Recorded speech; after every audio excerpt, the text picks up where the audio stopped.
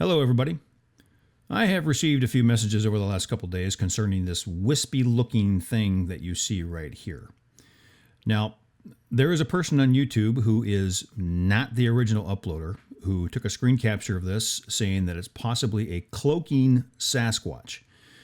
Now, I'm not going to name who that YouTuber is. I don't see any reason to identify that person. I don't want a bunch of people coming from my channel over there to leave a bunch of negative comments.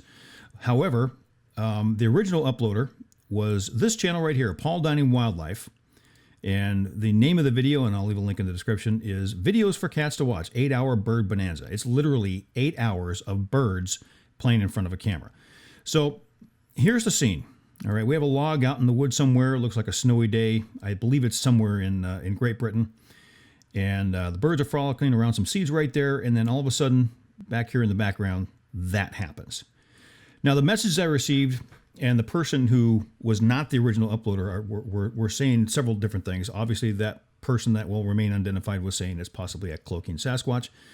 I've had people message me thinking they think it's a reflection. A reflection was actually where I was going with this at first, and it makes sense. It's a camera that's out in the wild during a light snowfall. You want to keep that camera protected. You'd have it in some kind of enclosure, probably with a pane and glass in front of it. Maybe it was open in the back and somebody walked behind.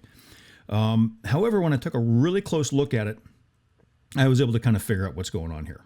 Now here I've enlarged it quite a bit, and I want you to pay attention to some of this area right around here in the log as the figure kind of walks off and disappears off to the right there. Just as I'm going to rock this back and forth a little bit and take a look at what's happening right here.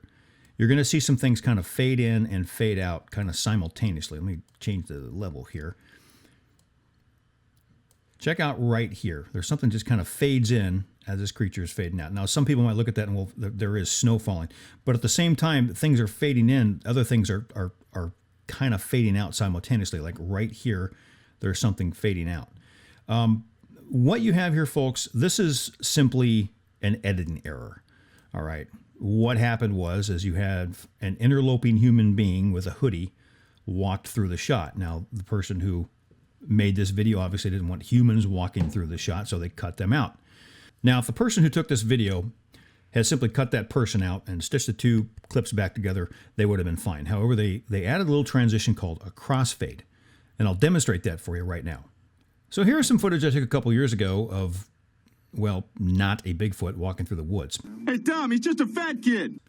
So using this footage right here, what if I wanted to just make myself disappear right here? Well, that would be fairly simple. And it's coming here. I'll cut it right about here, and then I'll advance the footage to where I'm out of frame. Cut it again.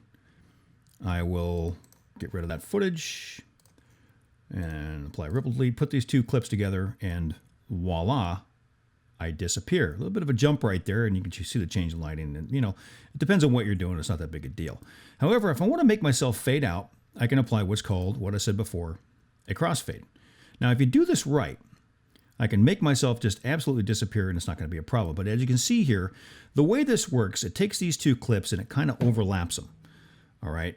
So if you're not careful about this, you're going to get this effect right here. And that's what happened in our video. And if they do it correctly, if I move this transition all the way over to the right, I should just kind of fade out and nobody knows the difference if you do it correctly. But anyway, that was just a quick demonstration of what a crossfade does.